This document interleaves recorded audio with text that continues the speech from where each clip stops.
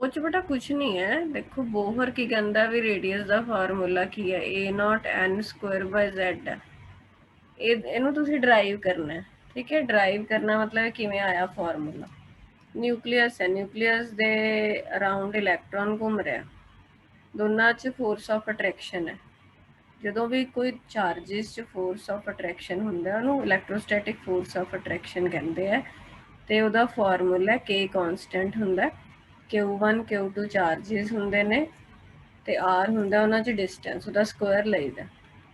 ਹੁਣ ਉਰੇ ਤੁਹਾਡੇ ਕੋਲ ਇੱਕ ਤਾਂ ਨਿਊਕਲੀਅਸ ਤੇ ਚਾਰਜ ਹੈ, ਨਿਊਕਲੀਅਸ ਤੇ ਕਿੰਨਾ ਚਾਰਜ ਹੈ, ਜਿੰਨੇ ਉਹਦੇ 'ਚ ਪ੍ਰੋਟੋਨ ਨੇ ਇਨਟੂ ਇੱਕ ਪ੍ਰੋਟੋਨ ਤੇ ਕਿੰਨਾ ਚਾਰਜ, ਉਨਾ ਹੀ ਟੋਟਲ ਚਾਰਜ ਹੋ ਜਾਊਗਾ ਨਾ ਨਿਊਕਲੀਅਸ ਤੇ।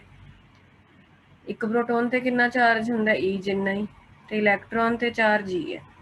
ਮਤਲਬ ਐਵੇਂ ਮੰਨ ਲਓ ਇਹ Q1 ਹੈ ਤਾਂ ਇਹ Q2 ਹੈ, ਤੇ ਇਹਨਾਂ ਵਿੱਚ ਡਿਸਟੈਂਸ ਕਿੰਨਾ, ਜਿੰਨਾ ਇਹ ਸਰਕਲ ਜਿਹੜਾ ਆਰਬਿਟ ਹੈ ਉਹਦਾ ਰੇਡੀਅਸ ਹੈ। ਠੀਕ ਹੈ, ਤਾਂ ਇਹਨੂੰ ਆਪਾਂ ਲਿਖ ਸਕਦੇ ਹਾਂ KZE² / R²। ਇੰਨਾ ਸਮਝ ਆ ਗਿਆ। Yes ma'am. ਹੁਣ ਇਹ ਜਿਹੜਾ ਫੋਰਸ ਆਫ ਅਟਰੈਕਸ਼ਨ ਅੰਦਰ ਨੂੰ, ਇਹਨੂੰ ਬੈਲੈਂਸ ਕਰਨ ਲਈ ਇੱਕ ਬਾਹਰ ਨੂੰ ਫੋਰਸ ਲੱਗਦਾ ਹੁੰਦਾ, ਜਿਹੜਾ ਤੁਸੀਂ ਪੜ੍ਹਦੇ ਹੋ ਸੈਂਟਰੀਪੀਟਲ ਵਗੈਰਾ, ਉਹਦਾ ਆਪਣਾ ਹੀ ਫਾਰਮੂਲਾ ਹੋਇਆ ਕਰਦਾ ਹੈ mv²/r। ਠੀਕ ਹੈ, ਇਹ ਫਿਕਸ ਹੈ ਫਾਰਮੂਲਾ। ਤਾਂ ਹੁਣ ਜਿੰਨਾ ਫੋਰਸ ਅੰਦਰ ਨੂੰ ਹੈ ਉਨਾ ਹੀ ਬਾਹਰ ਨੂੰ ਲੱਗ ਰਿਹਾ ਹੈ, ਤਾਂ ਹੀ ਉਹਦੇ ਵਿੱਚ ਨਹੀਂ ਸਮਾ ਜਾਏਗਾ, ਨਹੀਂ ਤਾਂ ਉਹਦੇ ਵਿੱਚ ਹੀ। ਤਾਂ ਇਹ ਦੋਨਾਂ ਨੂੰ ਇਕੁਏਟ ਕਰ ਦਿਓ। ਹੁਣ ਇੱਥੇ ਆ ਰਿਹਾ R² ਹੈ ਤਾਂ ਇਹ ਕੱਟ ਗਿਆ, ਤਾਂ ਇੱਕ ਇਕੁਏਸ਼ਨ ਮੇਰੇ ਕੋਲ ਬਣ ਗਈ mv² = KZE² / R।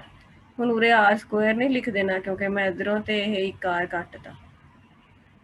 ਜਿਹੜੇ ਸਟੈਪ ਨਾ ਪਤਾ ਲੱਗੇ ਨਾ ਆਪੇ ਮੈਨੂੰ ਪੁੱਛ ਲਿਓ।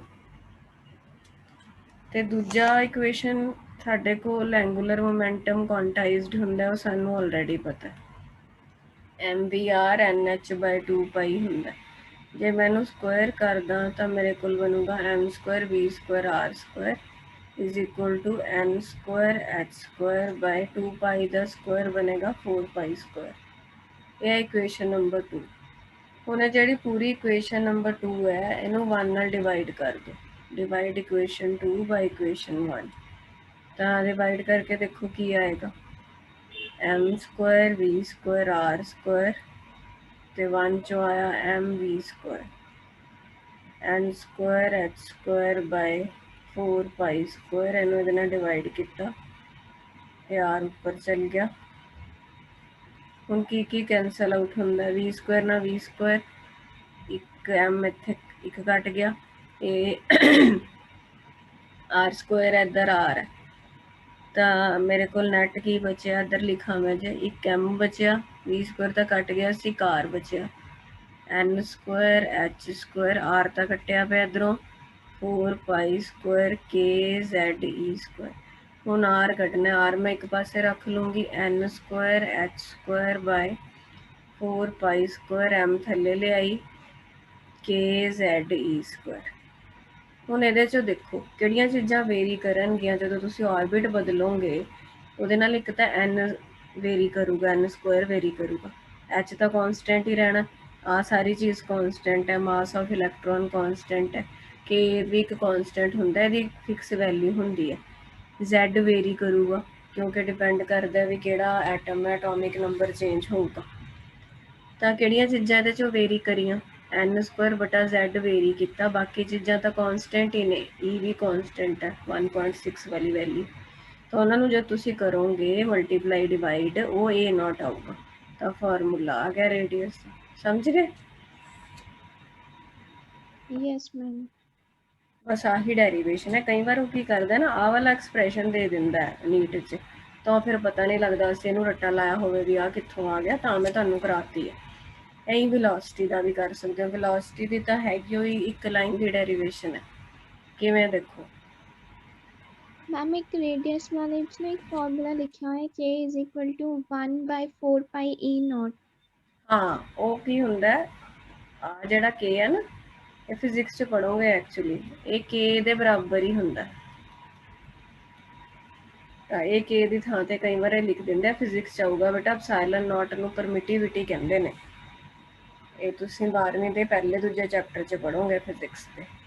ਠੀਕ ਹੈ, ਤਾਂ ਕਈ ਵਾਰ ਇਹਦੀ ਥਾਂ ਤੇ ਆ ਵੀ ਲਿਖਿਆ ਹੁੰਦਾ ਤਾਂ ਵੀ ਕਰ ਸਕਦੇ। ਹੋਰ तो ਸਮਝ मैम ਗਏ? इसकी जगह value 9 into 10 raised to power 9 and m ਹਾਂ square ਹਾਂ, plus ਉਹ c। ਵੀ k ਦੀ ਵੈਲਿਊ ਹੀ ਹੈ, ਉਹ k ਦੀ मैम ਐਕਚੁਅਲ बस ਵੈਲਿਊ ये ਹੈ। ਨੋਟਸ ਲਿਖਿਆ ਹੋਇਆ ਇਹ k ਦੀ हाँ ਵੈਲਿਊ जी, ਹੁੰਦੀ ਹੈ। और भी ਦਿੱਤੇ 8.8 ਵਾਲੀ। ਉਹ ਐਪਸਾਈਲਨ ਨੋਟ ਦੀ ਵੈਲਿਊ ਹੁੰਦੀ ਹੈ। ਇੰਨਾ ਕਰਨ ਦੀ ਲੋੜ ਨਹੀਂ, ਮੈਂ ਤਾਂ ਤੁਹਾਨੂੰ ਕਿਹਾ ਨਾ ਇਹਦਾ IIT ਦੇ ਨੋਟਸ ਨੇ ਤਾਂ ਇਹਦੇ 'ਚ ਦਿੱਤਾ, ਨੀਟਲੀ ਇੰਨਾ ਨਹੀਂ ਚਾਹੀਦਾ। ਕਰਨੀ ਹੈ ਕਰ ਲਓ ਜੇ ਕੈਪੈਸਿਟੀ ਹੈਗੀ ਹੈ, ਬਟ ਆਪਣੇ ਬੇਸਿਕ ਸਟਰੋਂਗ ਰੱਖੋ। ਇਹ k ਦੀ ਵੈਲਿਊ ਹੈ, ਇਹ ਜਿਹੜੀ 8 ਪੁਆਇੰਟ ਵਾਲੀ ਹੈ ਉਹ ਐਪਸਾਈਲਨ ਨੋਟ ਦੀਆਂ ਵੈਲਿਊ ਹੈ। ਫਿਜ਼ਿਕਸ ਦੇ ਟੌਪਿਕ ਨੇ ਐਕਚੁਅਲੀ, ਸਮਝ ਗਏ? Yes ma'am. ਹੁਣ ਦੇਖੋ ਵੈਲੋਸਿਟੀ ਦਾ ਵੀ ਇੱਥੋਂ ਹੀ ਆ ਜਾਊਗਾ ਫਾਰਮੂਲਾ। ਆਪਾਂ ਵੈਲੋਸਿਟੀ ਦਾ ਕੀ ਪੜਿਆ ਸੀਗਾ ਯਾਦ ਹੈ ਜੱਸੀ? ਵੈਲੋਸਿਟੀ ਦਾ ਕੀ ਫਾਰਮੂਲਾ ਸੀ? ਕਿਹਦੀ ਵੈਲੋਸਿਟੀ? ਜੱਸੀ ਕਿਹੜੀ ਸਪੀਡ ਨਾਲ ਜਾ ਰਹੀ ਹੈ ਉਹ velocity? No, ma'am, velocity of electron. ਹਾਂ, ਇਲੈਕਟ੍ਰੋਨ ਕਿਹੜੀ ਸਪੀਡ ਨਾਲ ਨਿਊਕਲੀਅਸ ਦੇ ਆਲੇ ਦੁਆਲੇ ਘੁੰਮ ਰਿਹਾ, ਕੀ ਫਾਰਮੂਲਾ ਹੁੰਦਾ? Ma'am, Vn is equal to V naught into Z upon N. Very good. What is V naught, Jasprit?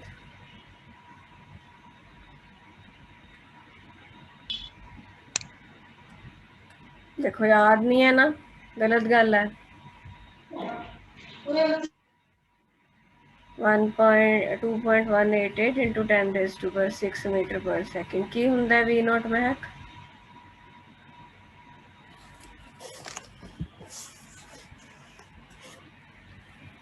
ਤੁਸੀਂ ਮੈਨੂੰ ਕਹਿੰਦੇ ਮੈਮ ਮੈਂ ਡੈਰੀਵੇਸ਼ਨ ਨਾ ਕਰਾ ਦੂੰ, ਤੁਸੀਂ ਬੇਸਿਕ ਚੀਜ਼ਾਂ ਵੀ ਯਾਦ ਨਹੀਂ ਕਰਦੇ ਹੋ। ਮੈਂ ਕੀ ਹੁੰਦਾ ਬੇਟਾ V naught ਭੁੱਲ ਗਿਆ? ਇਲੈਕਟ੍ਰੋਨ ਦੀ ਵੈਲੋਸਿਟੀ ਹਾਈਡਰੋਜਨ ਐਟਮ ਦੇ ਵਿੱਚ, ਕਿਉਂਕਿ ਉਹਦੇ 'ਚ ਇੱਕੋ ਹੀ ਇਲੈਕਟ੍ਰੋਨ ਹੁੰਦਾ ਤੇ ਉਹ ਘੁੰਮੀ ਜਾਂਦਾ ਉਹਦੇ ਆਲੇ ਦੁਆਲੇ, ਉਹਦੀ ਵੈਲੋਸਿਟੀ ਹੈ। याद आ गया? तो मैम Vn ਕੀ ਹੋਏਗਾ? Vn मतलब ਕਿਸੇ ਵੀ ऑर्बिट ਚ, ਮੰਨ ਲਓ ਦੂਸਰੇ ਤੀਸਰੇ ਚੌਥੇ ਤੇ ਉਹਦਾ ਕਿਸੇ ਵੀ ਐਟਮ ਲਈ ਹੈ। ਕਿਸੇ ਵੀ ਐਟਮ ਮਤਲਬ ਹਾਈਡਰੋਜਨ ਲਾਈਕ ਸਪੀਸ਼ੀਜ਼ ਹੋ ਸਕਦਾ ਹੈ ਨਾ, ਜਿਵੇਂ ਹੀਲੀਅਮ ਪਲੱਸ, ਇਹ ਸਾਰੀਆਂ ਹਾਈਡਰੋਜਨ ਲਾਈਕ ਸਪੀਸ਼ੀਜ਼ ਹੁੰਦੀਆਂ। ਕੀਤਾ ਨਹੀਂ ਸੀ ਆਪਾਂ ਸਿੰਗਲ ਇਲੈਕਟ੍ਰੋਨ ਸਪੀਸ਼ੀਜ਼? ਬੋਹਰ ਦਾ ਮਾਡਲ ਹੀ ਸਿੰਗਲ ਇਲੈਕਟ੍ਰੋਨ ਹੈ। V naught ਦਾ ਹੁੰਦਾ first orbit, first orbit of hydrogen ਦੇ ਵਿੱਚ ਇਲੈਕਟ੍ਰੋਨ ਦੀ ਕੀ ਸਪੀਡ ਹੈ, ਉਹ V naught ਹੈ। ਜੇ ਸੈਕਿੰਡ ਚ ਪੁੱਛ ਲੈ ਫਿਰ ਥੋੜੀ ਉਹ V naught ਹੈ, ਫਿਰ ਫਾਰਮੂਲਾ ਲਾਉਂਗੇ। ਜੇ ਥਰਡ ਚ ਪੁੱਛ ਲੈ, ਮੰਨ ਲਓ ਉਹਨੇ ਇਹਦੇ ਚ ਪੁੱਛ ਲਿਆ ਵੈਲਸ ਹੈ, Z ਵੀ ਬਦਲੂਗਾ। याद आ गया कि नहीं आया? Yes ma'am. ਹੁਣ MVR NH/2π ਹੁੰਦਾ। ਇਹ ਕੀ ਹੁੰਦਾ? ਇਹ ਬੋਹਰ ਦਾ ਇੱਕ ਪੋਸਟੂਲੇਟ ਸੀਗਾ ਜਿਹਦੇ ਚ ਉਹਨੇ ਦੱਸਿਆ ਸੀ ਵੀ ਅਸੀਂ ਕਹਿੰਦੇ ਆ એનર્ਜੀ ਕੁਆਂਟਾਈਜ਼ਡ ਹੈ, ਉਵੇਂ ਐਂਗੂਲਰ ਮੋਮੈਂਟਮ ਵੀ ਕੁਆਂਟਾਈਜ਼ਡ ਹੈ। ਤਾਂ V ਕੀ ਨਿਕਲ ਕੇ ਆਉਂਦਾ NH, ਇਹ ਇੱਧਰ ਚਲ ਗਿਆ M ਤੇ R ਨੀਚੇ ਚਲ ਗਿਆ 2π। ਠੀਕ ਹੈ, V ਕੱਢਣੀ ਹੈ ਨਾ, ਮੈਂ ਬਾਕੀ ਸਾਰਾ ਮੈਂ ਇੱਕ ਪਾਸੇ ਲੈ ਗਈ। ਹੁਣ NH2πm, R ਦੀ ਵੈਲਿਊ ਤੁਸੀਂ ਜਿਹੜੀ ਪਿੱਛੇ ਕੱਢੀ ਆ ਉਹਨੂੰ ਪੁੱਟ ਕਰ ਦਿਓ। ਆਹ ਵਾਲਾ ਐਕਸਪ੍ਰੈਸ਼ਨ ਕੀ ਹੈ ਇਹ? ਹੁਣ ਇਹ ਯਾਦ ਨਹੀਂ ਰਹਿਣਾ, मतलब एक R कटोगे फिर निकलू n² h² बटा ऊपर चल जू 4π² m k z e²। बस आ गई ਤੁਹਾਡੀ ਵੈਲੋਸਿਟੀ ਖਤਮ ਕਹਾਣੀ। ਹੁਣੇ ਕੱਟ ਵੱਟ ਕਰ ਦੋ। NH ਇੱਕ NH ਨਾਲ ਕੱਟ ਗਿਆ, ਪਾਈ ਇੱਕ ਪਾਈ ਨਾਲ ਗਿਆ, ਇੱਧਰ ਰਹਿ ਗਿਆ 2, ਤਾਂ ਇਹ ਮੇਰੇ ਕੋਲ ਰਹਿ ਗਿਆ 2πm k z e²। ਅੱਛਾ m ਵੀ ਕੱਟ ਰਿਹਾ, 2π k z e² ਬਟਾ NH। ਹੁਣ ਬਸ ਆ ਗਿਆ ਐਕਸਪ੍ਰੈਸ਼ਨ। ਤੁਸੀਂ ਕਹੋਗੇ ਮੈਮ ਕਿਵੇਂ ਆ ਗਿਆ? ਦੇਖੋ ਕਿਵੇਂ ਆਇਆ ਦੱਸੋ ਮੈਨੂੰ। ਇਹਦੇ 'ਚ ਕਿਹੜੀ ਚੀਜ਼ ਕਾਂਸਟੈਂਟ ਰਹੂਗੀ? ਆ ਸਾਰਾ ਕਾਂਸਟੈਂਟ ਹੈ, ਸਿਰਫ Z ਤੇ N ਵੇਰੀ ਕਰਦਾ, ਬਾਕੀ ਸਾਰਿਆਂ ਦੀ ਤਾਂ ਫਿਕਸ ਵੈਲਿਊਜ਼ ਆ। ਵੈਲਿਊਜ਼ ਭਰੋਗੇ ਇੰਨੀਆਂ, ਇੰਨਾ ਹੀ ਆਊਗਾ, ਭਰ ਕੇ ਦੇਖ ਲਿਓ। ਤੁਹਾਨੂੰ ਇਹਦੀਆਂ ਵੈਲਿਊਜ਼ ਦੱਸਦੀਆਂ ਕਿ ਇਹਦੀ ਵੀ ਪਤਾ ਲੱਗ ਗਈ ਹੁਣ ਤੁਹਾਨੂੰ 9 × 10⁻⁹ ਹੁੰਦੀ ਹੈ। E ਦੀ ਤੁਹਾਨੂੰ ਪਤਾ, H ਦੀ ਪਤਾ, ਪਾਈ ਦੀ ਪਤਾ, 2 ਪਤਾ। ਵੇਰੀ ਕਿਹੜੀ ਚੀਜ਼ ਕਰਦੀ ਹੈ? Z ਵੇਰੀ ਕਰੂਗਾ ਤੇ N ਵੇਰੀ ਕਰੂਗਾ, ਤਾਂ ਇਹੀ ਫਾਰਮੂਲਾ ਸੇਮ ਹੀ ਹੈ। कोई डाउट? No ma'am. ਹੁਣ ਰਹਿ ਗਈ ਤੁਹਾਡੀ એનર્ਜੀ, ਤੇ ਉਹਦੇ 'ਚ ਵੀ ਤਾਂ ਫਿਜ਼ਿਕਸ ਦੇ ਫੰਡੇ ਥੋੜੇ ਜਿਹੇ ਲੱਗਣਗੇ, ਕਰਾ ਦਿੰਨੀ ਆ ਇੱਕ ਵਾਰ। ਹੋਰ ਆਪਾਂ ਮੈਂ ਕੀ ਛੱਡਿਆ ਸੀ, ਬਸ ਬਲੈਕ ਬੋਡੀ ਹੋਈ ਸੀਗੀ, ਇਸ ਤੋਂ ਬਿਨਾਂ ਤਾਂ ਕੁਛ ਨਹੀਂ ਸੀ। ਤਿੰਨੋਂ ਡੈਰੀਵੇਸ਼ਨਾਂ ਸੀ ਤੇ ਇੱਕ ਬਲੈਕ ਬੋਡੀ ਸੀ, ਹਨਾ।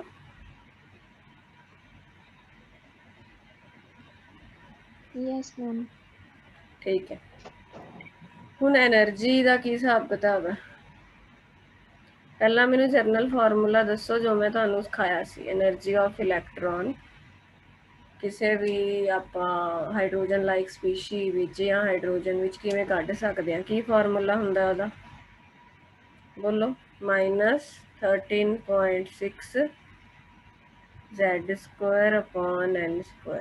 ਇਹਦੇ ਯੂਨਿਟ ਕੀ ਸੀਗੇ? E वोल्ट पर एटम। हाँ, इलैक्ट्रॉन वोल्ट पर एटम। ठीक है।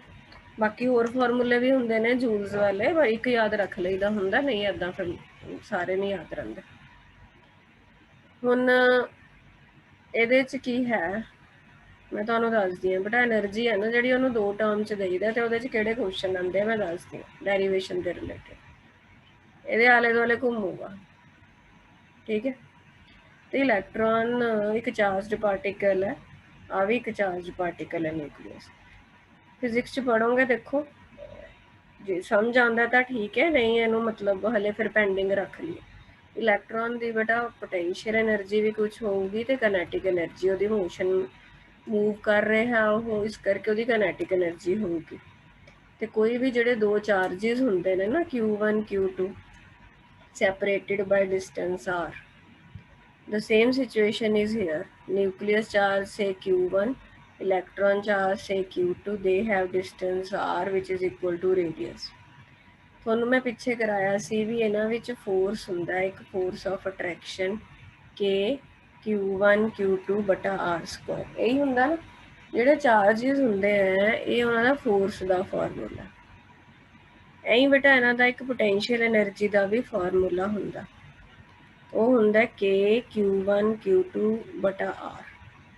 ਕੋਈ ਵੀ ਜੋ 2 ਚਾਰजेस ਹੈ, ਕੋਈ ਵੀ 2 ਚਾਰजेस ਆਪਾਂ ਲੈ ਲਈਏ Q1 Q2, ਉਹਨਾਂ ਵਿੱਚ ਇੱਕ ਪੋਟੈਂਸ਼ੀਅਲ એનર્ਜੀ ਵੀ ਹੁੰਦੀ ਹੈ। ਫੋਰਸ ਨਾਲੋਂ ਕਿੱਥੇ ਫਰਕ ਹੈ? ਫੋਰਸ 4² ਹੈ, ਇੱਥੇ r ਹੈ। ਪੋਟੈਂਸ਼ੀਅਲ એનર્ਜੀ ਵਿੱਚ ਆਪਾਂ ਸਾਈਨ ਵੀ ਲੈ ਕੇ ਚੱਲਦੇ ਹਾਂ ਨਾਲ। ਸਾਈਨ ਮਤਲਬ ਕਿਵੇਂ? ਜਿਵੇਂ ਇਲੈਕਟ੍ਰੋਨ ਤੇ ਨੈਗੇਟਿਵ ਚਾਰਜ ਹੈ, ਹਨਾ। ਇੱਕ ਚਾਰਜ ਨੈਗੇਟਿਵ ਹੈ, ਇੱਕ ਚਾਰਜ ਪੋਜ਼ਿਟਿਵ ਹੈ। ਉੱਪਰ ਤਾਂ ਆਪਾਂ ਸਾਈਨ ਨਹੀਂ ਸੀ ਲਏ, ਬਟ ਪੋਟੈਂਸ਼ੀਅਲ એનર્ਜੀ ਜਦੋਂ ਚਾਰजेस ਦੀ ਲਿਖਣੀ ਹੈ ਤਾਂ ਸਾਈਨ ਲੈਣਾ, ਤਾਂ ਇਹ ਫਾਰਮੂਲਾ ਬਣੇਗਾ। ਇਹ ਪੋਟੈਂਸ਼ੀਅਲ એનર્ਜੀ ਹੁੰਦੀ ਹੈ ਜਦੋਂ ਇਲੈਕਟ੍ਰੋਨ ਨਿਊਕਲੀਅਸ ਦੇ ਆਲੇ ਦੁਆਲੇ ਘੁੰਮਦਾ। ਕੀ ਤੁਸੀਂ ਮੇਰੀ ਇਹ ਗੱਲ ਸਮਝ ਗਏ? Yes ma'am. ਇਹ ਕੱਲਾ ਕਈ ਵਾਰ ਕੁਐਸਚਨ ਆ ਜਾਂਦਾ ਹੁੰਦਾ, ਆਬਜੈਕਟਿਵ ਚ ਆਊਗਾ ਜੇ ਕਦੇ ਆਇਆ ਵੀ।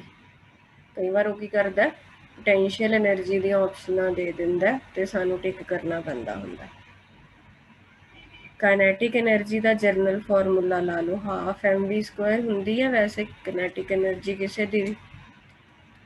ਹੁਣ mv² ਤੁਹਾਨੂੰ ਯਾਦ ਹੈ ਆਪਾਂ ਪਿੱਛੇ ਕੱਢਿਆ ਸੀ, ਆ ਦੇਖੋ ਆ ਰਿਹਾ। ਇਹੀ mv² ਆਪਾਂ ਇੱਥੇ ਪੁੱਟ ਕਰ ਦਿੰਦੇ ਹਾਂ, ਕੀ ਬਣਿਆ? KZE² ਕੀ ਸੀਗਾ ਚੈੱਕ ਕਰ ਲਓ ਇੱਕ ਵਾਰ, /r।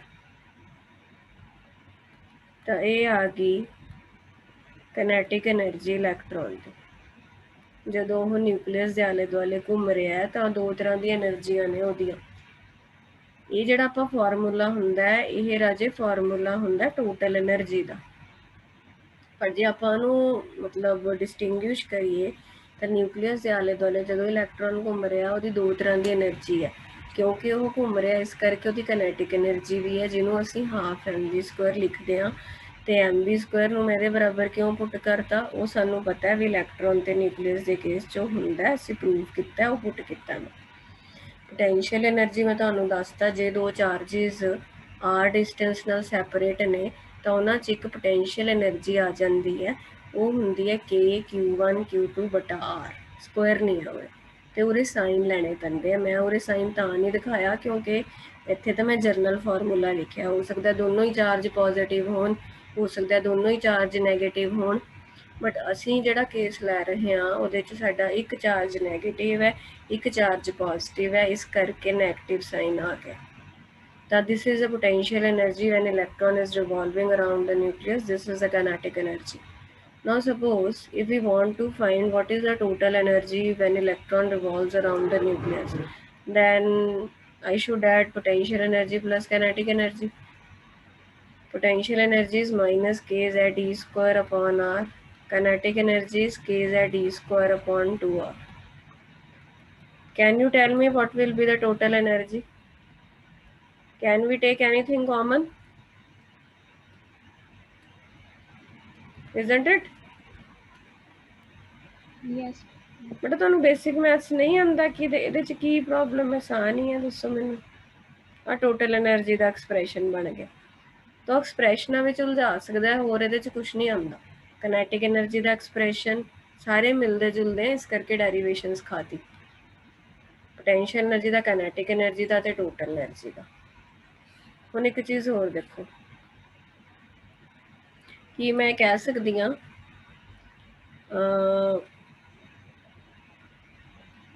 ਇਹ ਮੈਂ ਠੀਕ ਲਿਖਿਆ ਕਿ ਦੱਸਿਓ ਜਰਾ।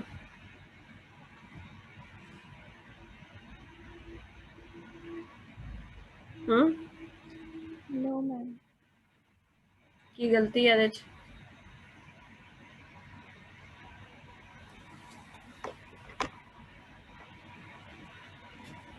ਬੋਲੋ, ਮੈਂ ਕੀ ਗਲਤੀ ਹੈ?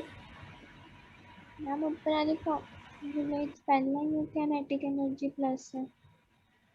ਨਹੀਂ, ਆਹ ਦੇਖੋ, ਆ ਕਿਨੈਟਿਕ એનર્ਜੀ ਦਾ ਫਾਰਮੂਲਾ ਹੈ, ਟੋਟਲ એનર્ਜੀ ਦਾ। ਆਹ ਵਾਲੇ ਫਾਰਮੂਲੇ ਦੇਖੋ, ਇਹਨੂੰ ਭੁੱਲ ਜਾਓ ਹਲੇ, ਇਹਨੂੰ ਆਪਾਂ ਰੱਬ ਕਰਦੇ ਹਾਂ ਹਲੇ, ਕਨਫਿਊਜ਼ਨ ਨਾ ਹੋ।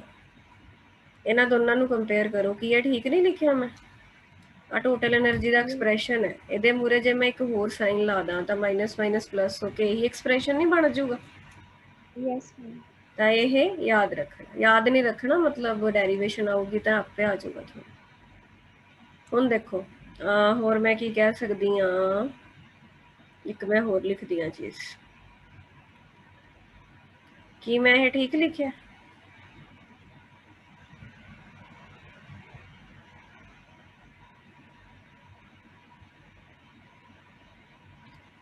बताइए क्या इसमें प्रॉब्लम है? ਤੁਹਾਡੇ ਸਾਹਮਣੇ ਦੋਨੋਂ ਐਕਸਪ੍ਰੈਸ਼ਨ ਪਏ ਨੇ। ਆ ਟੋਟਲ એનર્ਜੀ ਨੂੰ ਜੇ ਮੈਂ ਪੂਰੇ ਨੂੰ 2 ਨਾਲ ਮਲਟੀਪਲਾਈ ਕਰਦਾ ਤਾਂ ਉਹ 2 ਇਸ 2 ਨਾਲ ਕੱਟ ਕੇ ਆਹੀ ਨਹੀਂ ਬਣ ਜਾਊਗਾ? यस मैम ਤਾਂ ਫਿਰ ਕੀ ਦਿੱਕਤ ਹੈ? ਆ ਦੋਨਾਂ ਤੇ ਬੜੇ ਕੁਐਸਚਨ ਆਉਂਦੇ ਆ, ਐਦਾਂ ਆਪਸ਼ਨਾਂ ਦੇ ਦਿੰਦੇ ਨੇ ਉਹ। ਤਾਂ ਉਹ ਤਾਂ ਹੀ ਪਤਾ ਹੋਊਗਾ ਜੇ ਕੱਲੀਆਂ ਕੱਲੀਆਂ ਨਾ એનર્ਜੀਜ਼ ਦਾ ਪਤਾ ਹੋਊਗਾ। ਸਮਝ ਲੱਗ ਗਈ ਹੈ ਕਿ ਨਹੀਂ? Yes, ma'am.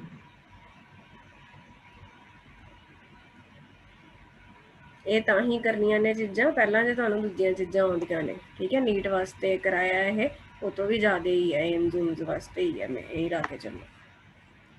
ਤੇ ਹੁਣ ਮੈਂ ਰੋਜ਼ ਥੋੜਾ ਥੋੜਾ ਕਰਾ ਦਿਆ ਕਰੂੰਗੀ, ਜੋ ਵੀ ਪਿਛਲੇ ਚੈਪਟਰ ਦਾ ਮਾੜਾ ਮੋਟਾ ਰਹਿੰਦਾ, ਤੇ ਨਾਲ ਆਪਣਾ ਚੈਪਟਰ ਚੱਲੀ ਜਾਂਦਾ। ਹੁਣ ਆਪਾਂ ਆਪਣਾ ਇਹ ਚੈਪਟਰ ਤੇ ਆਉਂਦੇ ਹਾਂ। ਪਲੀਜ਼ ਬੇਟਾ ਇਹ ਕਰ ਲਿਓ। ਦੇਖੋ ਮੈਂ ਇੰਨਾ ਟਾਈਮ ਲਾ ਕੇ ਕਰ ਰਹੀ ਹਾਂ ਤਾਂ ਵੇਸਟ ਨਹੀਂ ਹੋਣਾ ਚਾਹੀਦਾ। ਤੇ ਉਹ ਤੁਸੀਂ 100 ਦੇ 100 ਕੁਐਸਚਨ ਕਰ ਲੈਣੇ ਕਿ ਰਹਿੰਦਾ ਕੁਛ? ਉਹਦੇ ਚ ਮੈਮ ਡਾਊਟ ਨਹੀਂ। ਹਾਂ, ਡਾਊਟ ਤਾਂ ਮੈਂ ਸਮਝ ਗਈ। ਮੈਂ ਹੁਣ ਆਈ ਤਾਂ ਹੀ ਪਹਿਲਾਂ ਕਰਾ ਰਹੀ ਹਾਂ ਵੀ ਉਹ ਡਿਸਕਸ ਕਰ ਸਕਣ ਜੇ ਕੋਈ ਕੁਐਸਚਨ ਇਹਦੇ ਨਾਲ ਦਾ ਹੋਇਆ ਤਾਂ। ਵੈਸੇ ਇੱਕ ਵਾਰ ਕਰ ਲੈ।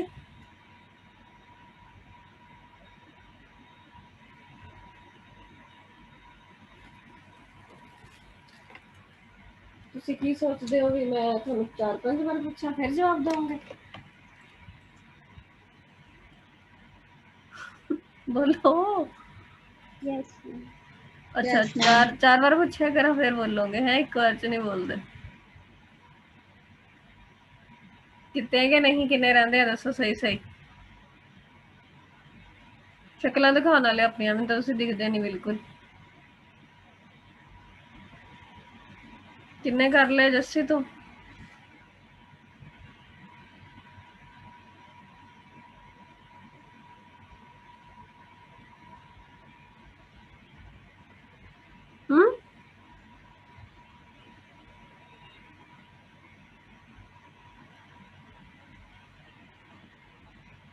What happen Mahak? Yes ma'am done. मैं पूछ रही हूँ आपने 100 में से कितने क्वेश्चंस कर लिए तुम लोगों ने? बोलते ही नहीं हो। बाकी सारे मैम किए हैं, बस डाउट वाले नहीं किए।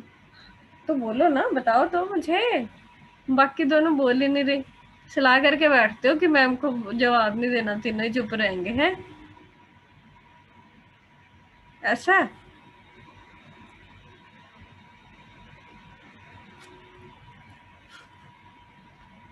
चलो इधर देखो।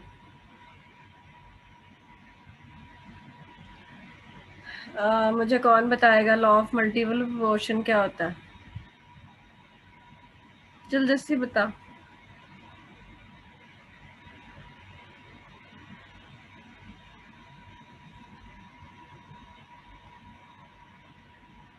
क्या हो गया आज, बोल क्यों नहीं रहे? नहीं आता तो बोलो मैम नहीं आता।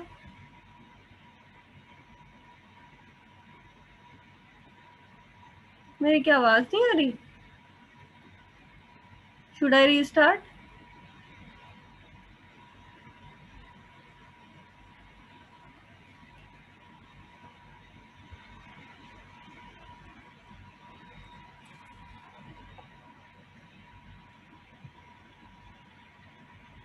Should I restart? I'm not audible. Audible है मैम। बोल देगा तो नहीं, पकाई करी जन्ने हो मेरी। मैम तुसी जसप्रीत ने पूछा है। नहीं मैंने दसो तो आवाज आ रही है की नाम है? जसप्रीत आवाज आ रही है तेनू? Yes ma'am. चलो महक तू दस। मैम के ਜਦੋਂ ਆਪਾਂ ਕੋਈ ਸੇਮ ਐਲੀਮੈਂਟ ਲੈਣੇ ਆ ਦੈਨ ਉਹਨਾਂ ਦੀ ਜਿਹੜੀ ਆਪਾਂ ਰੇਸ਼ੋ ਕੱਢਦੇ ਆ ਤਾਂ ਉਹਨਾਂ ਵਿੱਚੋਂ ਦੋ ਰੇਸ਼ੋ ਤਾਂ ਜਿਵੇਂ ਸੇਮ ਆਉਂਦੇ ਆ, ਬਾਕੀ ਦੋ ਦਾ ਹੋਲ ਨੰਬਰ ਦੇ ਵਿੱਚੋਂ नहीं ਵੀ नहीं नहीं ਸੇਮ। नहीं नहीं आ की गल बनी चंगी तरह दसो किवें, मतलब कोई भी दो एलीमेंट दी रेशो दा की मतलब होया? किहड़े कंपाउंड च रेशो लवां मैं? What is the clear cut explanation? या एग्जांपल दवा मैम। नहीं पहले डेफिनेशन दसो, ਇਹਦੀ डेफिनेशन ही पूछियां जांदियां ने। This law states that when we take two elements and combine to form more than one combined mass of the one element which combines with fixed mass of the other bears a simple whole number ratio among one another। ठीक है, example की सीगी ਇਹਦੀ? ਜਿਵੇਂ water ਤੇ hydrogen peroxide ਹੈ, hydrogen ਤੇ oxygen ਮਿਲ ਕੇ ਇੱਕ ਤੋਂ ਵੱਧ ਕੰਪਾਊਂਡ ਬਣਾ ਰਹੇ ਆ, ਤਾਂ ਉਹਨਾਂ ਵਿੱਚ ਜੇ ਆਪਾਂ ਰੇਸ਼ੋ ਬਾਈ ਮਾਸ ਦੇਖੀਏ ਤੇ ਇੱਕ ਨੂੰ ਫਿਕਸ ਕਰ ਲਈਏ ਤਾਂ ਜਿਹੜੇ ਬਾਕੀ ਬਚਦੇ ਆ ਉਹ ਆਪਸ ਦੇ ਵਿੱਚ ਉਹਨਾਂ ਦੀ ਸਿੰਪਲ ਹੋਲ ਨੰਬਰ ਰੇਸ਼ੋ ਆਏਗੀ। ਇਹ ਲਾਅ ਹੈ, ਠੀਕ ਹੈ। चल Jaspreet law of constant composition की हुंदा है? जल्दी बोलते ना, दूसरा नाम दसो। मैम जेड़ा ऑलवेज दो कंपाउंड लिते उन्हां दी जदों फिक्स रेशो करदे फिक्स नहीं करदे नहीं तां भी बिल्कुल गलत, दो कंपाउंड तो लेना ही नहीं है च। एलीमेंट लिते कंबाइनिंग कीतियां जदों उन्हां दोवें नूं ते फिक्स रेशो दा मास आंदा उन्हां दा। रैंडमली कुछ भी बोल देने, एक ही गल बनी, क्लीयर होने चाहिए कंसेप्ट। नहीं बिल्कुल नहीं। जस्सी तेन तो आवाज नहीं आ रही है ना? महक when chemical compound is made up of same element combined together in the same fixed ratio by mass। बेटा ਇਹਦਾ ਪਤਾ ਤੁਸੀਂ ਲੈਂਗੁਏਜ ਗੜਬੜ ਬਹੁਤ ਕਰਦੇ ਹੋ, ਉੱਥੇ ਹੀ ਨੰਬਰ ਕੱਟ ਜਾਂਦੇ ਆ। ਤੁਸੀਂ ਕੀ ਲੈਂਗੁਏਜ ਬੋਲਣੀ ਹੈ? ਅ ਕੈਮੀਕਲ ਕੰਪਾਊਂਡ, कोई भी केमिकल कंपाउंड जैसे एक कंपाउंड देख रहे हैं will always have same elements irrespective of the source combined together in the same fixed ratio by mass। Clear अपने मन चो मतलब पिक्चर क्लियर करो तो वर्ड्स लभ जाएंगे। जिवें वाटर है, वाटर मैं 4 अलग-अलग सोर्सेस तो लियावां, टैप वाटर लियावां, रिवर वाटर लियावां, सी वाटर लियावां, रेन का पानी लियावां, उन्होंने फिर मैं 4 अलग-अलग डिशिज च पा के स्टडी करा तो मैनू पता लगूगा भी उहदे च हमेशा ही हाइड्रोजन ते ऑक्सीजन है ते ओह आपस दे विच सेम मास नाल जुड़े हुए ने। कितना मास? 1:8 ਦੀ ਰੇਸ਼ੋ ਦੇ ਮਾਸ ਦੇ ਨਾਲ ਜੁੜੇ ਹੋਏ ਆ। ਇਹ ਕਹਿੰਦਾ ਲਾਅ ਆਫ ਕਨਸਟੈਂਟ ਕੰਪੋਜੀਸ਼ਨ। ਤੇ law of conservation of mass ਕੀ ਕਹਿੰਦਾ? that mass of reactant is equal to mass of product. हाँ, ड्यूरिंग एनी फिजिकल और कैमिकल चेंज रिएक्टेंट ਦਾ टोटल मास प्रोडक्ट ਦੇ टोटल मास ਦੇ ਇਕੁਅਲ ਹੋਊਗਾ। ਠੀਕ ਹੈ। ਇੱਕ ਆਪਾਂ ਹੋਰ ਕੱਲ ਲਾਅ ਪੜਿਆ ਸੀਗਾ ਗੇ-ਲੁਜ਼ੈਕ ਲਾਅ ਆਫ ਗੈਸੀਅਸ ਵੋਲਿਊਮ। ਉਹ ਕੀ ਕਹਿੰਦਾ ਵੀ ਜਦੋਂ ਵੀ ਅਸੀਂ ਗੈਸਿਸ ਨੂੰ when gases combine or produced in some reaction they will always bear simple ratio provided all the reactant and product are in the same conditions of temperature and pressure। मतलब ਜੇ ਅਸੀਂ gases ਨੂੰ react ਕਰਾ ਰਹੇ ਹਾਂ ਜਾਂ gases ਬਣ ਰਹੀਆਂ ਕਿਸੇ ਰਿਐਕਸ਼ਨ 'ਚ ਤਾਂ ਬਾਏ ਵੋਲਿਊਮ ਉਹਨਾਂ ਦਾ ਕੰਬੀਨੇਸ਼ਨ ਦੀ ਰੇਸ਼ੋ ਤੇ ਉਹਨਾਂ ਦੇ ਬਣਨ ਦੀ ਰੇਸ਼ੋ ਜਿਹੜੀ ਆ ਆਪਸ ਦੇ ਵਿੱਚ ਸਿੰਪਲ ਹੋਲ ਨੰਬਰ ਰੇਸ਼ੋ ਹੋਊਗੀ ਜੇ ਅਸੀਂ ਸਾਰੀਆਂ ਗੈਸਿਸ ਨੂੰ ਇੱਕੋ ਹੀ ਟੈਂਪਰੇਚਰ ਤੇ ਪ੍ਰੈਸ਼ਰ ਤੇ ਮੇਜਰ ਕਰੀਏ। ਕੀ ਨਾਮ ਹੈ ਥਰਡ ਵਾਲਾ ਲਾਸਟ ਲਾਅ ਦਾ ਫੋਰਥ ਜਿਹੜਾ ਮੈਂ ਕਰਾਇਆ? ਜਸਪ੍ਰੀਤ ਕੀ ਨਾਮ ਹੈ ਇਹਦਾ?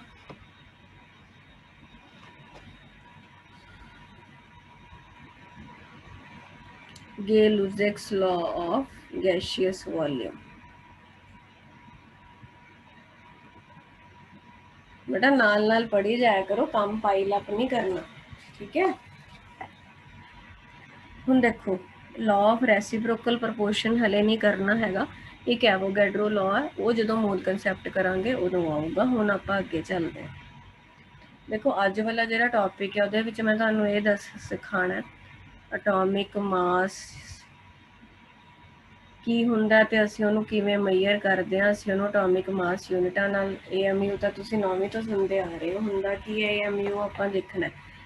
ਠੀਕ ਹੈ। ਐਟੋਮਿਕ ਮਾਸ ਕੀ ਹੁੰਦਾ ਹੈ, ਰਿਲੇਟਿਵ ਐਟੋਮਿਕ ਮਾਸ ਕੀ ਹੁੰਦਾ ਹੈ, RAM ਬੋਲਦੇ। ਫਿਰ ਆਪਾਂ ਦੇਖਾਂਗੇ ਮੋਲੀਕੂਲਰ ਮਾਸ ਕੀ ਹੁੰਦਾ ਹੈ, ਰਿਲੇਟਿਵ ਮੋਲੀਕੂਲਰ ਮਾਸ ਕੀ ਹੁੰਦਾ ਹੈ, ਫਾਰਮੂਲਾ ਮਾਸ ਕੀ ਹੁੰਦਾ ਹੈ, ਸਾਰਾ ਕੁਝ ਆਪਾਂ ਅੱਜ ਪੜ੍ਹਨਾ। ਤੇ ਮੈਂ ਤੁਹਾਨੂੰ ਆਹ ਵਾਲੇ ਨੋਟਸ ਹੈ ਜਿਹੜੇ दिख रहे हैं नोट्स?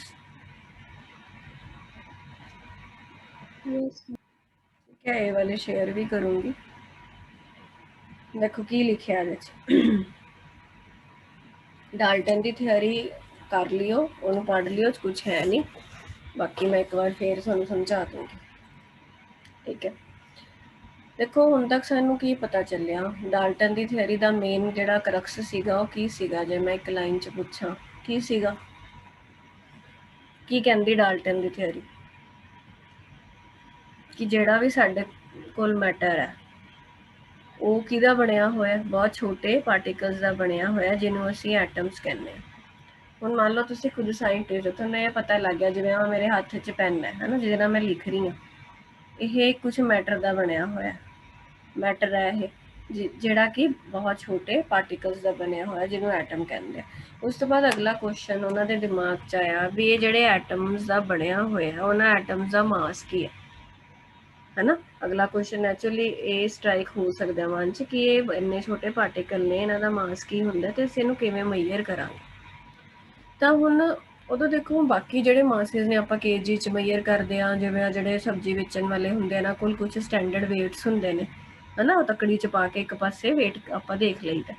बट हुण जिहड़े एटम्स ने उन्हां दा मास इन्ना घੱਟ है कि असीं उन्हां नूं प्रैक्टिकली वे नहीं कर सकदे।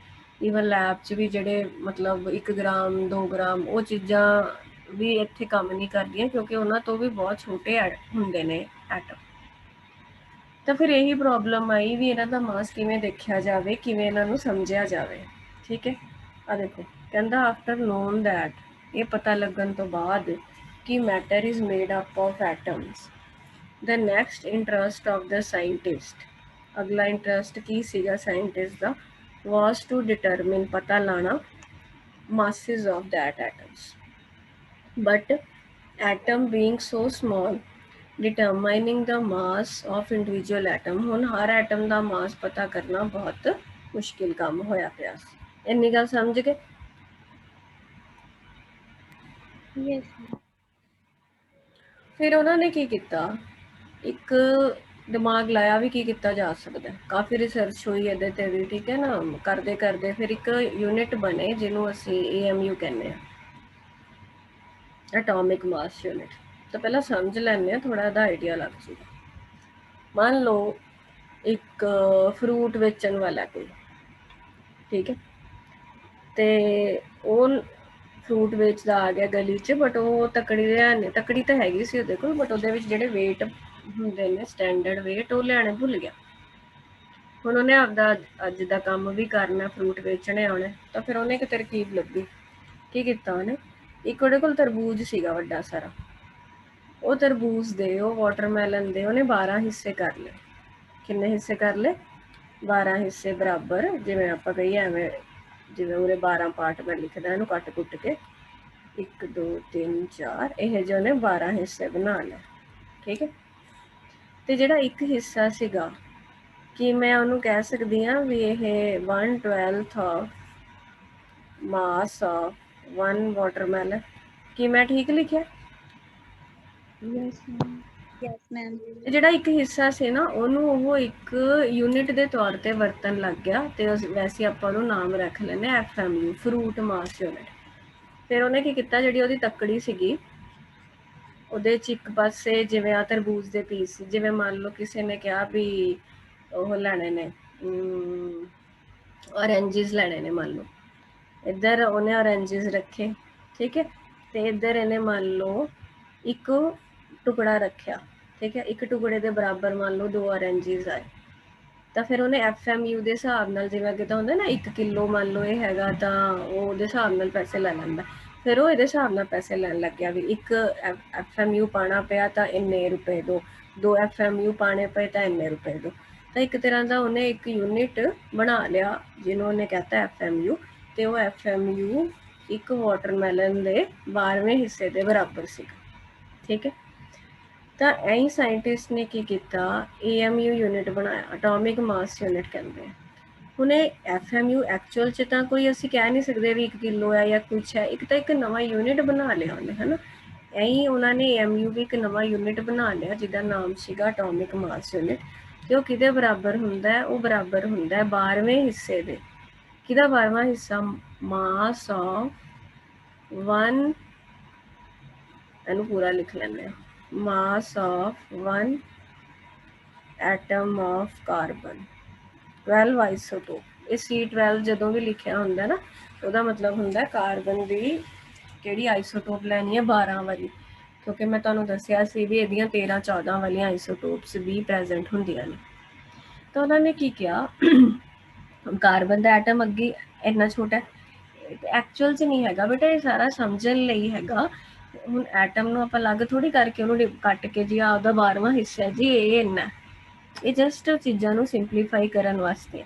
ਜੇ ਅਸੀਂ ਇਹ ਐਟਮ ਨੂੰ ਕੱਢ ਕੇ ਕੱਟ ਸਕਦੇ ਹੋਈਏ ਫਿਰ ਤਾਂ ਸਾਰੀ ਭਕਾਈ ਨਾ ਮਾਰਨੀ ਪੈਂਦੀ।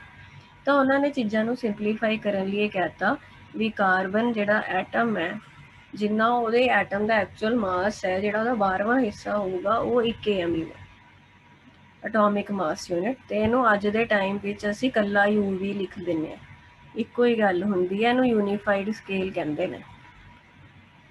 ਕੀ ਕਹਿੰਦੇ ਨੇ? Unified scale. ਇੰਨੀ ਗੱਲ ਸਮਝ ਆ ਗਈ ਤੁਹਾਨੂੰ? Yes ma'am. ਯੈਸ। ਹੁਣ ਦੇਖੋ ਕਈ ਦੇ ਦਿਮਾਗ 'ਚ ਆਸਦਾ ਵੀ ਕਾਰਬਨ ਹੀ ਕਿਉਂ ਲਿਆ, ਇੱਕਦਮ ਨਹੀਂ ਕਾਰਬਨ ਲੈ ਲਿਆ ਬੇਟਾ। ਪਹਿਲਾਂ ਉਹਨਾਂ ਨੇ ਹਾਈਡਰੋਜਨ ਦਾ ਐਟਮ ਲਿਆ ਸੀਗਾ, ਫਿਰ ਆਕਸੀਜਨ ਦਾ ਲਿਆ ਸੀ, ਫਿਰ ਸਭ ਤੋਂ ਜ਼ਿਆਦਾ ਆਸਾਨੀ ਕਾਰਬਨ ਨਾਲ ਹੋਈ। ਕਾਰਬਨ ਕਾਫੀ ਜ਼ਿਆਦਾ ਮਿਲਦਾ ਹੈ, ਤੇ ਕਾਰਬਨ ਜਦੋਂ ਲਿਆ ਤਾਂ ਸਾਰੇ ਜ਼ਿਆਦਾਤਰ ਹੋਲ ਨੰਬਰ ਵਿੱਚ ਮਾਸ ਆਉਣ ਲੱਗ ਗਏ। ਜਿਵੇਂ ਹਾਈਡਰੋਜਨ ਆਕਸੀਜਨ ਲੈ ਕੇ ਪਹਿਲਾਂ ਜਿਵੇਂ ਫ੍ਰੈਕਸ਼ਨ ਵਗੈਰਾ 'ਚ ਵੀ ਆ ਰਹੇ ਸੀਗੇ। ਜਿਵੇਂ ਹੁਣ ਆਪਾਂ ਕਹਿੰਦੇ ਹਾਂ ਜਿਹੜਾ ਆਹ ਮੈਂ ਤੁਹਾਨੂੰ ਸਿਖਾਇਆ ਹੈ, ਹੀਲੀਅਮ ਦਾ 2 4 ਹੁੰਦਾ, ਸੋਡੀਅਮ ਦਾ ਆਪਾਂ 11 23 ਲਿਖਦੇ ਹਾਂ, ਲਿਥੀਅਮ ਦਾ ਤੁਸੀਂ ਦੇਖੋਗੇ 3 7 ਹੁੰਦਾ। ਤੁਹਾਨੂੰ ਮੈਂ ਪਹਿਲੇ ਦਿਨ ਲੈਕਚਰ 'ਚ ਸਿਖਾਇਆ ਸੀ, ਜਦੋਂ ਆਪਾਂ ਪਹਿਲੇ ਦਿਨ +1 ਦੀ ਕਲਾਸ ਲਾਈ ਸੀ, ਵੀ ਆਹ ਨੀਚੇ ਤਾਂ ਐਟੋਮਿਕ ਨੰਬਰ ਹੁੰਦੇ ਨੇ, ਐਟੋਮਿਕ ਮਾਸ ਹੁੰਦੇ ਨੇ, ਠੀਕ ਹੈ। ਹੁਣ ਜਿਵੇਂ ਮੈਂ ਸੋਡੀਅਮ ਦੀ ਐਗਜ਼ਾਮਪਲ ਲੈਂਦੀ ਹਾਂ, ਕੋਈ ਪੁੱਛੇ ਸੋਡੀਅਮ ਦਾ ਐਟੋਮਿਕ ਮਾਸ ਕਿੰਨਾ, ਤਾਂ ਤੁਸੀਂ ਕਹੋਗੇ 23 AMU ਹੈ। ਇਹ ਐਕਚੁਅਲ ਵਿੱਚ ਇਹ ਨਹੀਂ ਹੈਗਾ ਵੀ ਸੋਡੀਅਮ ਦਾ ਇੱਕ ਬੱਚੇ ਲਿਖ ਦਿੰਦੇ ਆ 23 ਗ੍ਰਾਮ। ਤੁਸੀਂ ਸੋਚ ਵੀ ਸਕਦੇ ਹੋ ਵੀ ਇੱਕ ਐਟਮ ਦਾ ਮਾਸ 23 ਗ੍ਰਾਮ ਹੋਊਗਾ? ਇੱਕ ਐਟਮ ਤਾਂ ਬਿੰਦੀ ਤੋਂ ਬਿੰਦੀ 'ਚ ਵੀ ਕਰੋੜਾਂ ਐਟਮ ਨੇ, ਤਾਂ ਉਹਦਾ ਮਾਸ, ਇਹ ਜਿਹੜੇ ਮਾਸ ਹੈ ਨਾ, ਇਹ AMU ਵਿੱਚ ਦੇਖਦੇ ਆ। ਪ੍ਰੈਕਟੀਕਲੀ ਇਹਦਾ ਮਤਲਬ ਜੇ ਮੈਂ ਤੁਹਾਨੂੰ ਵੈਸੇ ਸਮਝਾਵਾਂ ਤਾਂ ਉਹਦਾ ਮਤਲਬ ਇਹ ਹੈ, ਮੰਨ ਲਓ ਤੱਕੜੀ ਹੁੰਦੀ ਸਪੋਜ਼, ਠੀਕ ਹੈ, ਜਿਵੇਂ ਉਹਨੇ FMU ਪਾਏ ਸੀ, ਉਵੇਂ ਹੀ ਮੰਨ ਲਓ AMU ਮੇਰੇ ਕੋਲ ਨੇ, ਆ ਇੱਕ AMU ਹੈ ਸਪੋਜ਼, ਇਹ ਐਕਚੁਅਲ ਦੇ ਵਿੱਚ ਕਾਰਬਨ ਦਾ 12ਵਾਂ ਹਿੱਸਾ। ਜੇ ਇੱਧਰ ਮੈਂ ਸੋਡੀਅਮ ਦਾ ਇੱਕ ਐਟਮ ਰੱਖਦਾ, ਇਹ ਸੋਡੀਅਮ ਦਾ ਐਟਮ ਹੈ ਇੱਕ, ਤਾਂ ਇੱਧਰ ਮੈਨੂੰ 23 ਗਿਣਤੀ ਕਰਕੇ ਉਰੇ ਮੈਨੂੰ 23 AMU ਪਾਣੇ ਪੈਣਗੇ, ਤਾਂ ਉਹ ਬਰਾਬਰ ਹੋਊਗਾ। ਤਾਂ ਮੈਂ ਕਹਿ ਸਕਦੀ ਹਾਂ ਵੀ ਸੋਡੀਅਮ ਦਾ ਇੱਕ ਐਟਮ ਦਾ ਮਾਸ 23 AMU ਹੈ। ਰਿਲੇਟਿਵ ਇੱਕ ਤਰੀਕੇ ਨਾਲ ਤੁਹਾਨੂੰ ਕੰਪੈਰੀਜ਼ਨ ਦੱਸਦਾ ਹੈ। AMU ਕਦੇ ਗਲਤੀ ਨਾਲ ਇਹ ਵੀ ਨਾ ਸੋਚ ਲਿਓ ਵੀ ਕਾਰਬਨ ਦਾ ਇੱਕ ਐਟਮ ਹੈ, ਕਾਰਬਨ ਦੇ ਇੱਕ ਐਟਮ ਦਾ 12ਵਾਂ ਹਿੱਸਾ ਜਿਹੜਾ ਹੈ ਉਹ AMU ਹੈ। ਸਮਝ ਆ ਗਈ? Yes ma'am. ਹੁਣ ਆਕਸੀਜਨ ਅਸੀਂ ਕਹਿੰਦੇ ਆ 16 AMU ਹੈ, 8 ਤੇ 16 ਹੁੰਦਾ ਨਾ, ਇਹਦਾ ਅਟੋਮਿਕ ਨੰਬਰ 8 ਹੁੰਦਾ, ਮਾਸ 16 ਹੁੰਦਾ।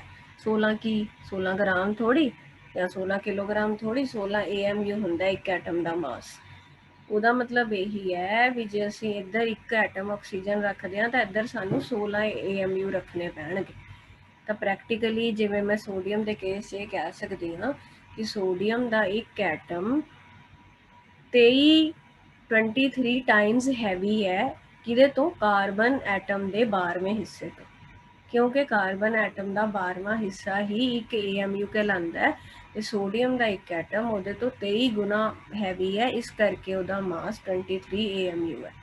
ਸਿਮਿਲਰਲੀ ਜੇ ਮੈਂ ਕੰਪੇਅਰ ਕਰਨਾ ਹੋਵੇ ਆਕਸੀਜਨ ਦਾ atom, then I can say that one atom of oxygen is 16 times heavier than 1/12 of mass of one carbon atom, that is 1 AMU.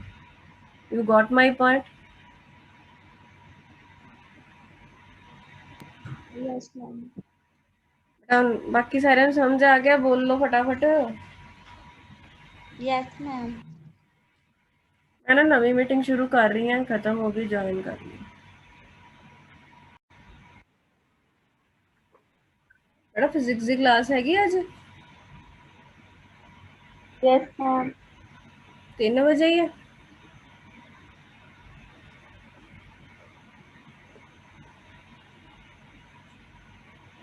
Yes ma'am, 10 okay. ਦੇਖੋ ਜਰਾ ਇੱਧਰ, ਹੁਣ ਤੁਹਾਨੂੰ ਮੈਂ ਕੀ ਸਮਝਾਇਆ ਐਟੋਮਿਕ ਮਾਸ ਯੂਨਿਟ। ਕਹਿੰਦਾ ਇਹਨੂੰ U ਵੀ ਲਿਖਦੇ ਆ, ਹੁਣ ਜੋ ਸਮਝਾਇਆ ਉਹੀ ਪੜ੍ਹ ਕੇ ਦੱਸ ਰਹੀ ਹਾਂ। ਹੁੰਦਾ ਕੀ ਹੈ ਇਹ? It is equal to 1/12 of mass of 1 atom of C12 isotope. ਉਹੀ ਲਿਖਿਆ ਹੋਇਆ। ਕਹਿੰਦਾ ਸ਼ੁਰੂ ਵਿੱਚ ਪਹਿਲਾਂ ਹਾਈਡਰੋਜਨ ਨੂੰ ਸਟੈਂਡਰਡ ਲਿਆ, ਜਿਵੇਂ ਆਪਾਂ ਕਾਰਬਨ ਦੇ 12 ਆਈਸੋਟੋਪ ਨੂੰ ਲੈਂਦੇ ਹਾਂ, ਪਹਿਲਾਂ ਹਾਈਡਰੋਜਨ ਨੂੰ ਲਿਆ, but with this atomic masses of the most elements comes out to be fraction 'ਚ ਆ ਰਹੇ ਸੀਗੇ। ਫਿਰ ਇਹਨਾਂ ਨੇ ਆਕਸੀਜਨ ਨੂੰ ਲਿਆ, ਬਟ ਉਸ ਤੋਂ ਵੀ ਬੈਟਰ ਕੀ ਸੀਗਾ? C12 isotope. ਠੀਕ ਹੋਏਗਾ? Yes ma'am. ਹੁਣ ਜਿਵੇਂ ਕੈਲਸ਼ੀਅਮ ਹੈ, ਕੈਲਸ਼ੀਅਮ ਦਾ 20 ਤੇ 40 ਹੈ। ਹੁਣ ਜੇ ਸਾਨੂੰ ਕੋਈ ਪੁੱਛੇ ਕੈਲਸ਼ੀਅਮ ਦੇ ਇੱਕ ਐਟਮ ਦਾ ਮਾਸ ਕਿੰਨਾ ਹੈ, ਤਾਂ ਤੁਸੀਂ ਕਹੋਗੇ 40 AMU ਹੈ, ਯੂਨਿਟ ਨਾਲ ਜ਼ਰੂਰ ਲਾਣੇ ਨੇ। ਹੁਣ ਜਿਵੇਂ ਪੋਟੈਸ਼ੀਅਮ ਹੈ, ਪੋਟੈਸ਼ੀਅਮ ਦਾ 39, ਤੁਹਾਨੂੰ ਵੀ ਯਾਦ ਹੋ ਜਾਣਗੇ ਪ੍ਰੈਕਟਿਸ ਨਾਲ, ਥੋੜੇ ਬਹੁਤ ਜਿਹੜੇ ਚਾਹੀਦੇ ਹੁੰਦੇ ਨੇ। ਬਾਕੀ ਅਟੋਮਿਕ ਮਾਸ ਵੈਸੇ ਜ਼ਿਆਦਾ ਯਾਦ ਨਹੀਂ ਕਰੀਦੇ, ਦਿੱਤੇ ਹੁੰਦੇ ਨੇ, ਅਟੋਮਿਕ ਨੰਬਰ ਪਤਾ ਹੋਣੇ ਚਾਹੀਦੇ। ਪੋਟਾਸ਼ੀਅਮ ਦਾ ਇੱਕ ਐਟਮ ਦਾ ਮਾਸ 39 AMU ਹੈ, ਠੀਕ ਹੈ। ਇੱਕ ਹੁਣ ਅਗਲੀ ਚੀਜ਼ ਹੁੰਦੀ ਹੈ ਬੇਟਾ RAM। ਇਹ ਸਾਰੀਆਂ ਨਾ ਬੇਸਿਕ ਫੰਡੇ ਨੇ ਤੁਹਾਡੇ। ਇਹ ਕੀ ਹੁੰਦਾ? ਇਹ ਹੁੰਦਾ ਰਿਲੇਟਿਵ ਅਟੋਮਿਕ ਮਾਸ। ਪਹਿਲਾਂ ਅਸੀਂ ਕੀ ਪੜ੍ਹਿਆ? ਪਹਿਲਾਂ ਅਸੀਂ ਪੜ੍ਹਿਆ ਇਕੱਲਾ ਅਟੋਮਿਕ ਮਾਸ। ਕੋਈ ਸਾਨੂੰ ਪੁੱਛੇ ਕੈਲਸ਼ੀਅਮ ਦਾ ਅਟੋਮਿਕ ਮਾਸ ਕਿੰਨਾ ਹੈ, ਤਾਂ ਤੁਸੀਂ ਕਹੋਗੇ 40 AMU। ਐਵੇਂ ਵੀ ਪੁੱਛ ਸਕਦੇ ਹਾਂ ਕੈਲਸ਼ੀਅਮ ਦੇ ਇੱਕ ਐਟਮ ਦਾ ਮਾਸ ਕਿੰਨਾ ਹੈ ਜਾਂ ਅਟੋਮਿਕ ਮਾਸ ਕਿੰਨਾ, ਇੱਕੋ ਹੀ ਗੱਲ ਹੈ। ਹੁਣ ਕੋਈ ਪੁੱਛੇ ਕੈਲਸ਼ੀਅਮ ਦਾ ਰਿਲੇਟਿਵ ਅਟੋਮਿਕ ਮਾਸ ਕਿੰਨਾ, ਤਾਂ ਤੁਸੀਂ ਕਹੋਗੇ 40, ਉਦੋਂ ਯੂਨਿਟ ਨਹੀਂ ਲਾਈਦੇ ਬਸ, ਹੋਰ ਕੋਈ ਫਰਕ ਨਹੀਂ ਹੈ। ਉਹ ਤਾਂ ਨਹੀਂ ਲਾਈਦੇ, ਜਿਵੇਂ ਆਪਾਂ ਕਹਿੰਦੇ ਨਹੀਂ ਕਿੰਨੇ ਗੁਣਾ ਉਸ ਨਾਲੋਂ ਹੈ, ਉਹ ਨੰਬਰ ਹੈ ਨਾ ਇਕੱਲਾ। ਤਾਂ ਅਸੀਂ ਕੀ ਕਵਾਂਗੇ ਉਰੇ ਵੀ ਕੈਲਸ਼ੀਅਮ ਦਾ ਇੱਕ ਐਟਮ 40 AMU ਤਾਂ ਹੈਗਾ, बट ਇਹਦਾ ਪ੍ਰੈਕਟੀਕਲੀ ਮਤਲਬ ਕੀ ਹੈ? ਇਹਦਾ ਪ੍ਰੈਕਟੀਕਲੀ ਮਤਲਬ ਇਹ ਹੈ ਵੀ ਜੇ ਤੱਕੜੀ 'ਚ ਅਸੀਂ ਇੱਕ ਪਾਸੇ ਕੈਲਸ਼ੀਅਮ ਦਾ ਇੱਕ ਐਟਮ ਪਾਉਂਦੇ ਹਾਂ ਤਾਂ ਇੱਧਰ ਸਾਨੂੰ 40 AMU ਪਾਣੇ ਪੈਣਗੇ। 40 AMU ਮਤਲਬ ਜਿਵੇਂ ਤੁਹਾਨੂੰ ਮਤਲਬ ਤਾਂ ਇਹ ਬਰਾਬਰ ਹੋਊਗਾ। ਤਾਂ ਮੈਂ ਕੀ ਕਹਿ ਸਕਦੀ ਹਾਂ? ਤਾਂ ਮੈਂ ਕਹਿ ਸਕਦੀ ਹਾਂ ਕੈਲਸ਼ੀਅਮ ਦਾ ਇੱਕ ਐਟਮ ਕਾਰਬਨ ਦੇ ਇੱਕ ਐਟਮ ਦੇ 12ਵੇਂ ਹਿੱਸੇ ਤੋਂ 40 ਗੁਣਾ ਭਾਰੀ ਹੈ। ਇਹ ਲਾਈਨ ਸਮਝੇ ਜੋ ਮੈਂ ਬੋਲੀ ਹੈ? ਕੈਲਸ਼ੀਅਮ ਦਾ ਇੱਕ ਐਟਮ ਕਾਰਬਨ ਦੇ 12ਵੇਂ ਹਿੱਸੇ ਨਾਲੋਂ 40 ਟਾਈਮਸ ਹੈਵੀਅਰ ਹੈ ਕਿਉਂਕਿ ਕਾਰਬਨ ਦਾ 12ਵਾਂ ਹਿੱਸਾ ਇੱਕ AMU ਕਹਿਲਾਉਂਦਾ। ਕਿੰਨੇ ਟਾਈਮਸ ਹੈਵੀ ਹੈ? ਉਹ ਜਿਹੜਾ ਇੱਕ ਨੰਬਰ ਹੈ ਉਹ ਨੰਬਰ ਹੁੰਦਾ ਰਿਲੇਟਿਵ ਐਟੋਮਿਕ ਮਾਸ। ਬਸ ਉਦੋਂ ਯੂਨਿਟ ਨਹੀਂ ਲਿਖੀ ਦੇ, ਹੋਰ ਕੁਝ ਨਹੀਂ ਹੈ। ਤੇ ਐਕਚੁਅਲ 'ਚ ਜੇ ਇਹਨੂੰ ਡਿਫਾਈਨ ਕਰਨਾ ਹੋਵੇ ਤਾਂ ਅਸੀਂ ਐਂ ਲਿਖਦੇ ਹਾਂ, ਰਿਲੇਟਿਵ ਐਟੋਮਿਕ ਮਾਸ ਕੀ ਹੈ? Mass of one atom of an element, ਜਿਹੜੇ ਵੀ ਐਲੀਮੈਂਟ ਦੀ ਗੱਲ ਕਰਦੇ ਹਾਂ ਉਹਦੇ ਇੱਕ ਐਟਮ ਦਾ mass divided by 1/12 of mass of one carbon atom C12 isotope. ਨੀਚੇ ਕੀ ਹੈ? ਨੀਚੇ AMU ਹੈ। ਉੱਪਰ ਕੀ ਹੈ? ਜਿਵੇਂ ਮੰਨ ਲਓ ਮੈਂ ਕੈਲਸ਼ੀਅਮ ਦਾ ਕੱਢਣਾ, ਵੈਸੇ ਤਾਂ ਤੁਹਾਨੂੰ ਮੈਂ ਸਮਝਾਤਾ ਵੀ ਉਹ ਨੰਬਰ ਹੈ ਇਕੱਲਾ। ਜੇ ਫਾਰਮੂਲਾ ਲਾ ਕੇ ਕੱਢਣਾ ਹੈ mass of one atom of calcium 40 AMU, नीचे 1/12 mass of one carbon atom that is actual AMU, 1 AMU cut गया, आंसर कितना आया 40। Got my point?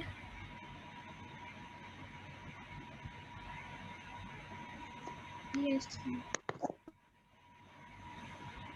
ढिला जा के बोलते हो, नहीं समझाया? दोबारा दसा मैम दोबारा दस दो।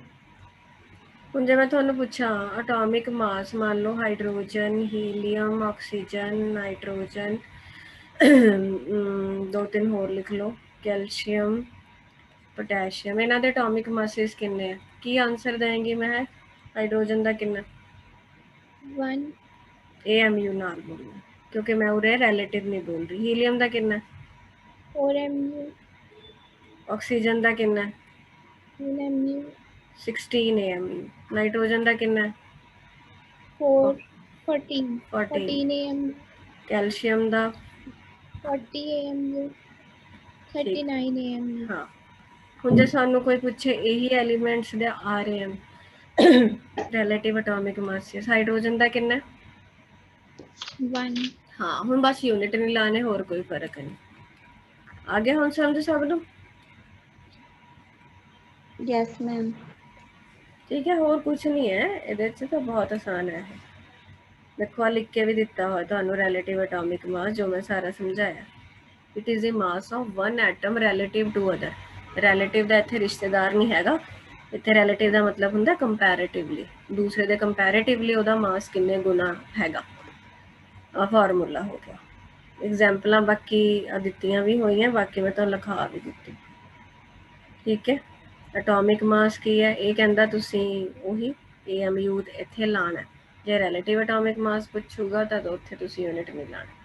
पहला जिहड़ा समझाया सी वो सीगा AMU यूनिट, जिहड़ा AMU हुंदा वो की चीज़ हुंदी है। हुण आपां पढ़न लगे हाँ एवरेज एटॉमिक मास की हुंदा। हाले तक कोई भी डाउट है तो पूछ लो। तिन्नां नूं क्लीयर हो गया चंगी तरह?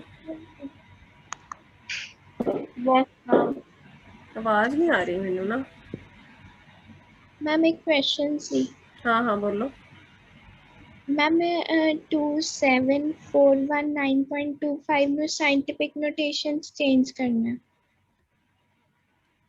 की कह रहे हो? 27419.25 फिर ਇਹਦੇ ਚ ਕੀ ਦਿੱਕਤ ਹੈ? ਇਹਦੇ ਵਿੱਚ ਮੈਮ ਜਦੋਂ 10 ਰੇਜ਼ ਟੂ ਪਾਵਰ ਪਾਵਾਂਗੇ ਉਹਦੇ ਪਿੱਛੇ ਵਾਲੇ ਡੈਸੀਮਲ ਵਾਲੇ ਡਿਜਿਟਸ ਤਾਂ ਨਹੀਂ ਕਾਊਂਟ ਕਰਨੇ? ना ना, पता एक कन्फ्यूजन अवॉइड करने लिए की करया करो। हाँ एक चकदा नहीं पिया की हो गया, मैं दोबारा लिख दी। जब एवं है ना तुसी पहला इनू बदलन तो पहला 10 रेज़ टू पर 0 पा लिया करो क्योंकि एनीथिंग रेज़ टू पर 0 1 है। ਹੁਣ ਜਦੋਂ ਤੁਸੀਂ ਇਹਨੂੰ ਇੱਧਰ ਕਰੋਗੇ ਕਿੰਨੇ ਡੈਸੀਮਲ ਪਲੇਸਾਂ ਸ਼ਿਫਟ ਕੀਤੀਆਂ ਨੇ? 4 4। ਤਾਂ ਬਸ ਪਾਵਰ 4 ਵੱਧ ਗਈ, ਆਨਸਰ ਆ ਗਿਆ। ਸਮਝ ਗਏ? हाँ जी, ਅਸੀਂ ਵੀ ਸ਼ਾਇਦ ਡੈਸੀਮਲ ਵਾਲੇ ਕਾਊਂਟ ਤਾਂ ਨਹੀਂ ਕਰਨੀ। नहीं, it's not picking the eraser icon. What's happening?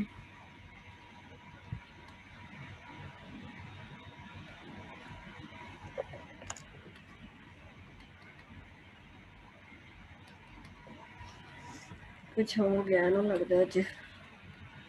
चलो कोई गल नहीं।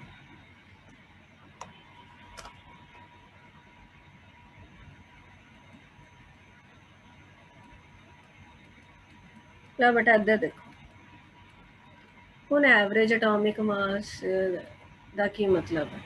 ਹੁਣ ਜਿਵੇਂ ਕਲੋਰੀਨ ਦਾ ਕੋਈ ਪੁੱਛੇ ਨਾ ਤਾਂ ਆਨਸਰ ਇਹ ਹੁੰਦਾ ਦਾ 35.5 AMU ਹੈ, ਠੀਕ ਹੈ।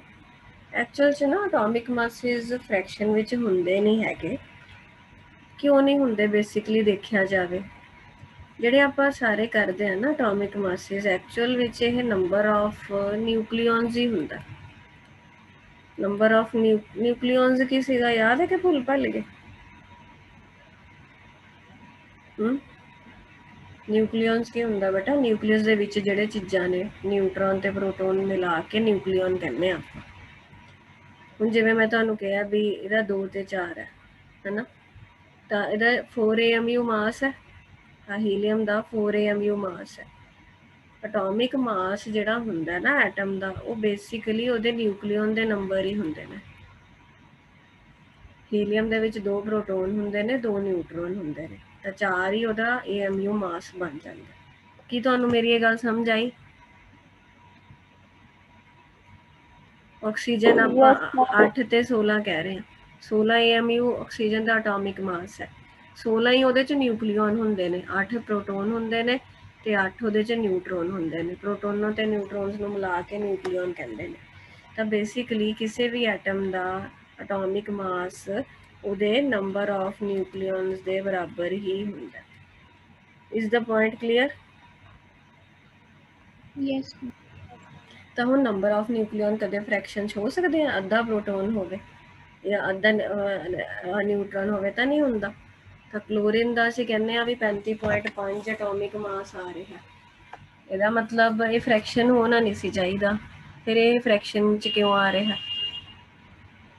ਪੁਆਇੰਟ ਕਲੀਅਰ ਹੈ ਨਾ? ਕੁਐਸਚਨ ਤਾਂ ਸਮਝ ਆ ਗਿਆ ਹੋਣਾ। ਹੋਲ ਨੰਬਰ ਹੋਣੇ ਚਾਹੀਦੇ ਐਟੋਮਿਕ ਮਾਸਿਸ, ਬਟ ਕਈ ਵਾਰ ਫਿਰ ਵੀ ਫ੍ਰੈਕਸ਼ਨ 'ਚ ਹੁੰਦੇ ਨੇ, ਤਾਂ ਉਹ ਬੇਟਾ ਐਕਚੁਅਲ ਵਿੱਚ ਐਵਰੇਜ ਐਟੋਮਿਕ ਮਾਸ ਲਏ ਹੁੰਦੇ ਆ। ਹੁਣ ਇਹਦਾ ਕੀ ਮਤਲਬ ਹੈ? ਕਲੋਰੀਨ ਨਾ ਤੁਹਾਡੇ ਕੋਲ 35 ਵਾਲੀ ਵੀ ਹੁੰਦੀ ਹੈ ਤੇ 37 ਵਾਲੀ ਵੀ ਹੁੰਦੀ ਹੈ। ਜੇ ਤੁਸੀਂ ਨੇਚਰ ਵਿੱਚ ਦੇਖੋ ਨਾ ਤਾਂ ਇਹਦੀ ਰੇਸ਼ੋ 3:1 ਹੁੰਦੀ ਹੈ। ਮਤਲਬ ਧਿਆਨ ਨਾਲ ਸਮਝਿਓ, ਤੁਸੀਂ ਕਲੋਰੀਨ ਦਾ ਸੈਂਪਲ ਲਿਆ ਕੋਈ ਵੀ, ਤਾਂ ਉਹਦੇ 'ਚ ਜੇ ਤੁਸੀਂ ਐਵਰੇਜ ਦੇਖੋ ਨਾ ਤਾਂ 3 ਐਟਮ ਕਲੋਰੀਨ ਦੇ ਉਹਦੇ ਵਿੱਚੋਂ 35 ਵਾਲੇ ਹੋਣਗੇ, 1 ਐਟਮ ਉਹਦੇ ਵਿੱਚੋਂ 37 ਵਾਲਾ ਹੋਊਗਾ। ਇੰਨੀ ਰੇਸ਼ੋ ਵਿੱਚ ਕਲੋਰੀਨ ਨੇਚਰ 'ਚ ਐਗਜ਼ਿਸਟ ਕਰਦੀ ਹੈ 3:1 ਦੀ ਰੇਸ਼ੋ 'ਚ। 75% ਤੁਹਾਡੀ 35 ਵਾਲੀ ਹੁੰਦੀ ਹੈ ਤੇ 25% ਤੁਹਾਡੀ 37 ਵਾਲੀ ਹੁੰਦੀ ਹੈ। ਬਟ ਹੁਣ ਜਦੋਂ ਕੈਲਕੂਲੇਸ਼ਨਾਂ ਕਰਨੀਆਂ ਤਾਂ ਸਾਨੂੰ ਇਹ ਚੀਜ਼ ਨੂੰ ਮਤਲਬ ਇੱਕ ਤਰ੍ਹਾਂ ਦਾ ਕਹਿ ਲਓ ਕੁਛ ਪੈਰਾਮੀਟਰ ਰੱਖਣਾ ਪੈਂਦਾ ਵੀ ਅਸੀਂ ਦੋਨਾਂ ਦਾ ਫੈਕਟਰ ਇੰਕਲੂਡ ਕਰੀਏ। ਤਾਂ ਅਸੀਂ ਇਹ ਜਿਹੇ ਕੇਸਾਂ 'ਚ ਨਾ ਐਵਰੇਜ ਲੈ ਲਈਦੀ ਹੈ। ਹੁਣ ਇਹਦੀ ਜੇ ਮੈਂ ਐਵਰੇਜ ਕੱਢਣੀ ਹੈ ਮੈਂ ਕਿਵੇਂ ਕਰੂੰਗੀ? 35 ਵਾਲੀ ਕਿੰਨੇ ਟਾਈਮਸ ਐਗਜ਼ਿਸਟ ਕਰਦੀ ਹੈ? 3 ਹੈ। 37 ਵਾਲੀ 1 ਟਾਈਮ, ਟੋਟਲ 4। ਤਾਂ ਇਹਨੂੰ ਤੁਸੀਂ ਕਰਕੇ ਦੇਖੋ 35.5 ਆਉਂਦਾ।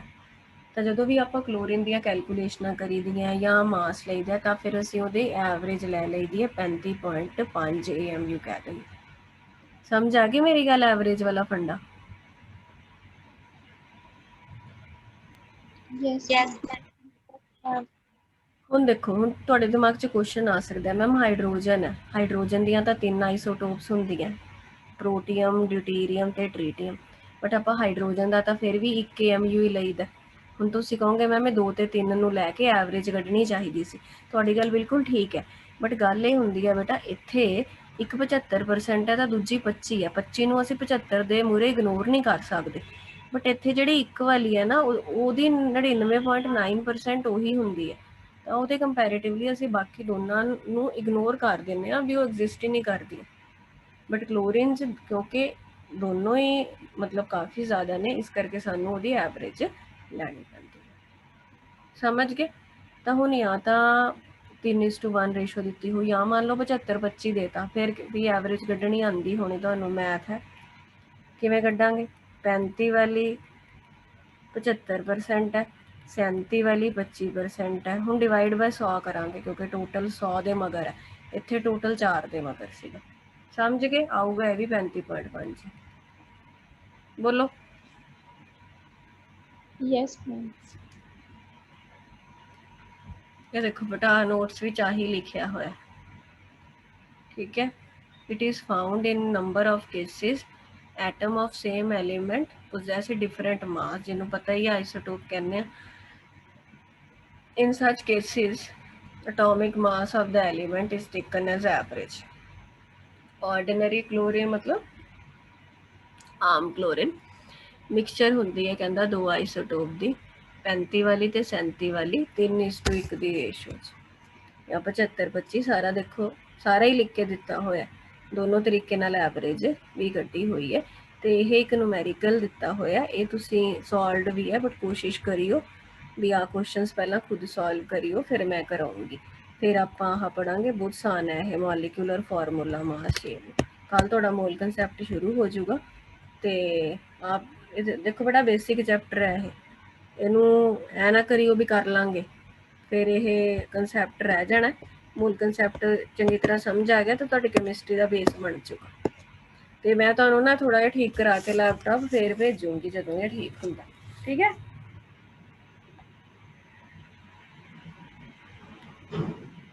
ओके बेटा, फिर बाय बाय।